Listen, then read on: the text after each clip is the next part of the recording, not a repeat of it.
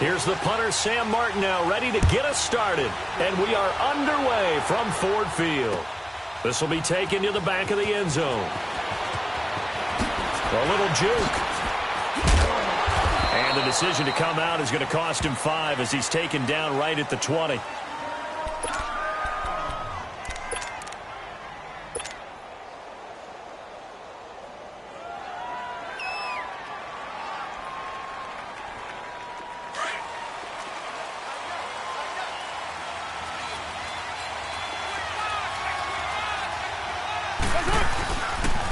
Now the first carry for Doug Martin. And he will lose yardage on the play. Back at his own 19-yard line. It's a loss of a yard there, and now second down. Doubling this guy has to be a priority before moving up to the next level because the big fella, he just ate that one alive, just stuffed it. In fact, before the game, he was talking to us, and he's like, hey, these pants make me look fat. And we said, nah, man, you're just a whole lot of guy. He is at well over 300 pounds. He's a big man. And he'll get this up over the 25 to the 26. 7 yards on the carry. Make it 3rd and 4 coming up. Despite the blitz, they're still able to pick up a nice, solid gain. The disadvantage of blitzing often alters the normal spacing and run fits and leaves creases like they were able to exploit right there.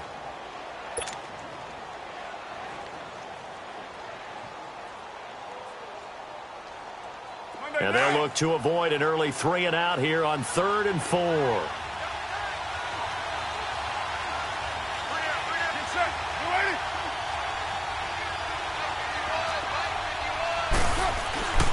And off comes to Martin.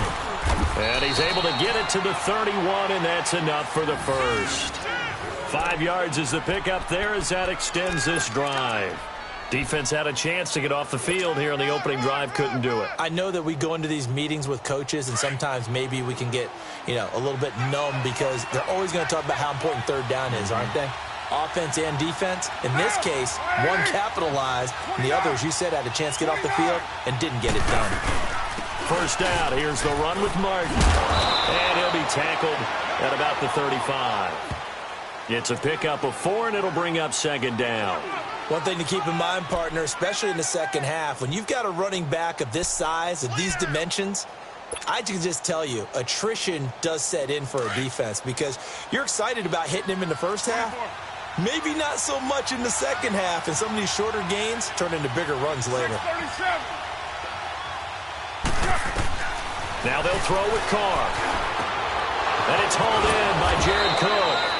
And able to rip off a big chunk of yardage before being dropped inside the 40. A very solid gain of 27.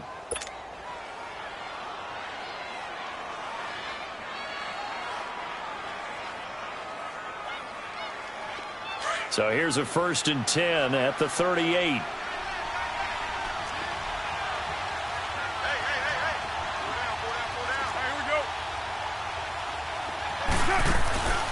On play action, now Carr. He's going to look deep down the field. So they took a shot on first down, but couldn't connect. Well, that certainly looked like something that they discussed all week in practice getting ready for this one. Take the big shot right out of the gate.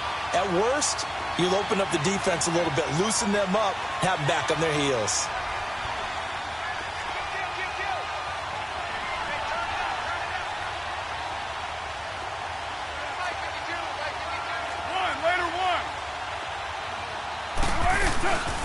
On the ground, this is Jalen Richard. And he's going to fight his way forward here for a modest gain. They get 6 here after the incompletion, and it'll leave them with a 3rd and 4.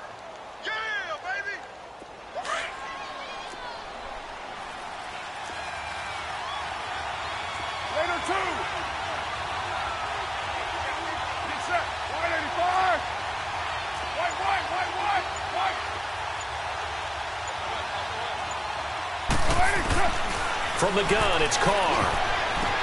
Now that'll be tipped and intercepted. Picked up by the linebacker, Jared Davis. And his guys will take over at the 30-yard line.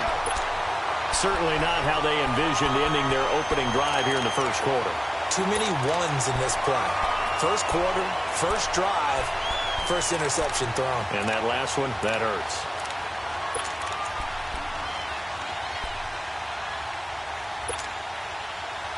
Stafford and the Lions now have it 1st and 10, right at the 30.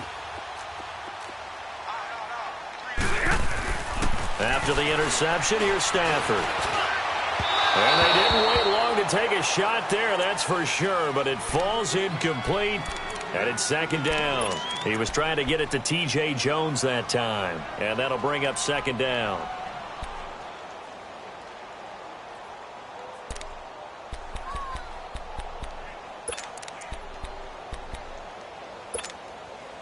Ball on the 30 as they come up 2nd and 10.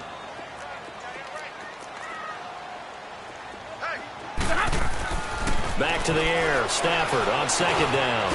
Now he'll dump it underneath to his running back. Complete. And he takes this up to the 40-yard line before being corralled. It's a 10-yard pickup, and it moves the chains.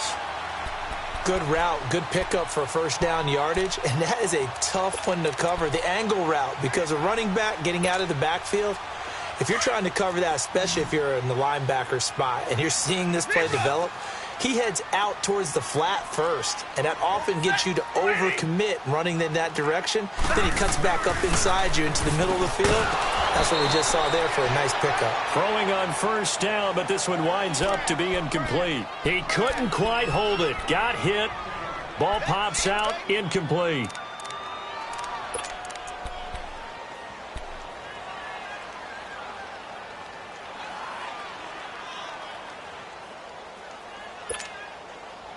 So now 2nd and 10 after the incompletion on 1st down.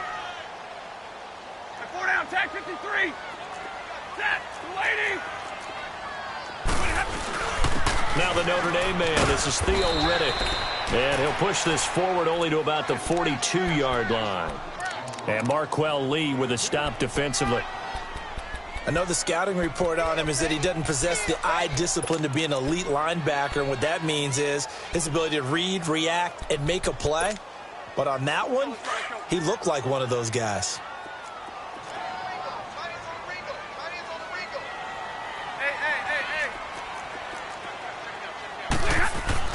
Throwing on 3rd down, Stafford. And he couldn't hang on to it through the contact. Incomplete. You can tell they were hoping for a flag there offensively. Several on the sideline motioning, hey, why not a penalty? Why not a penalty? What did you see? Yeah, I think you've got to let them play, and the officials are instructed. If there's contact coming from both sides, no flag. Let them fight it out. And forces 4th down. So possession goes over here on the punt. And the Raiders will take over now 1st and 10. Well, for the Oakland Raiders, quite a season that just passed, and not in a great way. 4-12 in John Gruden's return as a head coach. You look forward to the offseason. Questions about where they're going to play next year while they transition to Vegas, but they've obviously got other questions as well. They do, and a lot of that centers in how are they going to put together this team now, because they've dismantled it in a sense. How do they put it back together? Brand new general manager coming on board. John Gruden still has the heavy influence, but they'll start with 3 first-round picks in April's draft, including number 4 overall. A reason for optimism as they make their move to Las Vegas in 2020. Carr to throw on 2nd down. That's going to be knocked away and incomplete. Quandre Diggs there defensively. When I watched that play, I thought about what my coaches had told me in the past. The biggest teaching point, get your head around. Locate the football so you can make a play on it while it's in the air. That's exactly what he did there. That was nice. After an incomplete pass on 2nd down, that'll leave him trying to convert on 3rd and 9. They'll run it now out of the gun. And he will lose yardage on the play. Back at his own 19-yard line.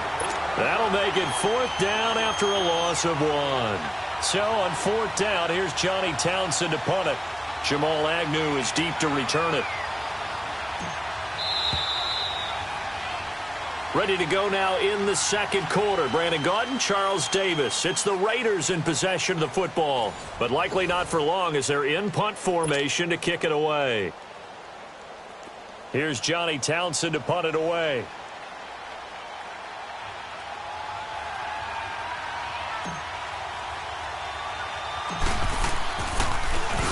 Oh, it's a wobbler here.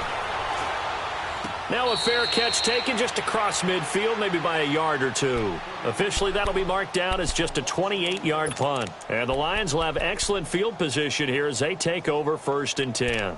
All right, CD, let's take a quick look back at what Detroit did last year. Matt Patricia's first season, they go 6-10, and prior to that, they were 9-7 in the final year of Jim Caldwell. So, look, there was some early excitement with Matt Patricia, but the bottom line is it's another year without a playoff win, and this year not even a playoff appearance. Yeah, they have had one playoff win since the championship game of 1957, the NFL championship game. So that's hard to believe with a franchise like the Detroit Lions. At one point, they were NFL royalty. So, looking forward, Matt Patricia reshaping the team in his image, trying to get better, obviously, on defense, which is his specialty. But they fortified the offensive line last year. I think they'll keep going in that direction and become much more of a running team than they have been with Matthew Stafford leading them. Stafford now to throw. Throwing deep for Galladay. This is caught. And he takes this one in for a Lions touchdown. A big play there.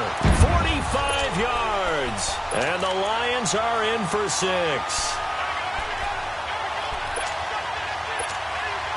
Now Matt Prater for the point after.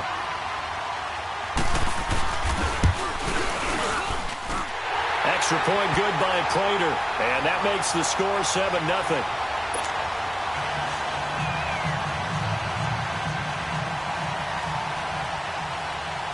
Martin, the punter, now out to kick it away. This will be taken to the back of the end zone. And he will take it back only to about the 13-yard line here. Well, conventional football 101, tells us if you don't get it back to the 20-yard line on a kickoff return, that's a disappointment. But some of these teams, special teams coaches, with approval by the head coach, they give them full authority to go ahead and bring it out and try to be aggressive, almost what we call the green light, red light theory. Green light means go, red light means stop. Looks like he had green on that play. Carr now on 1st down. And he's got his man out of the backfield. That's complete. And they're going to get this beyond the 40 before he's taken down. He got 29 yards that time.